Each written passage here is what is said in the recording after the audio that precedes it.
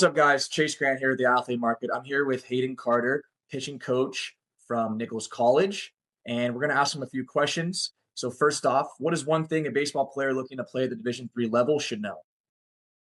Yeah, so at the D3 level, we can't, from an athletic standpoint, we can't offer any sort of athletic financial aid or scholarships coming from the athletic part of a school. So a lot of, or if not all of the money that an athlete receives that wants to play at the D3 level is all academic based. So if a student athlete has higher grades, normally they get a higher scholarship package, um, whether it's a merit scholarship, whether it's just academic aid.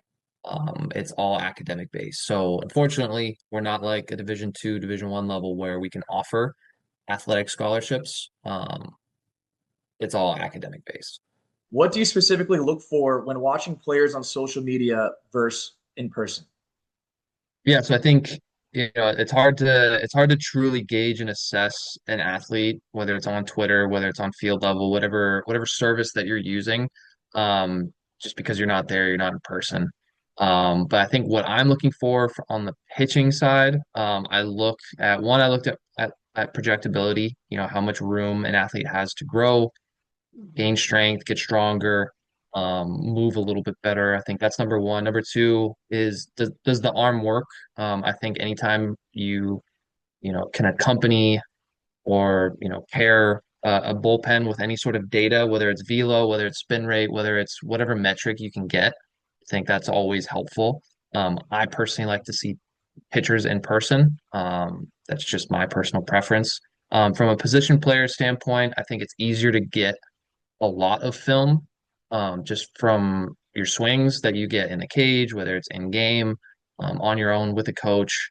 I think it's very, I guess, objective, right, or subjective, right, where it's kind of a feel thing where I just need to see if a swing works, and then you kind of go from there. Normally, the social media aspect of things, it gets you in the door, and then in person, I think it's just confirming what you see online, whether it's on Twitter, whether it's all of the outlets or the platforms that athletes use now.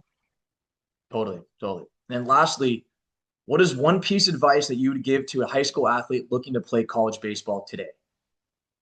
I think it just be open to every level. I think, I've coached at the Division I, I've coached at the junior college, I've coached at the Division III level, and I mean it's good baseball at every single level. And I think now that you're seeing more student athletes staying at the college level for NIL or portal purposes, I think you're seeing athletes from the D3 and D2 levels go Division I or vice versa. So I think it's definitely limiting the amount of opportunities, especially for high school guys at the Division I level. So I think being a little bit more open and receptive to, not just the Division I level, but maybe even the D2, D3, NAIA, junior college levels.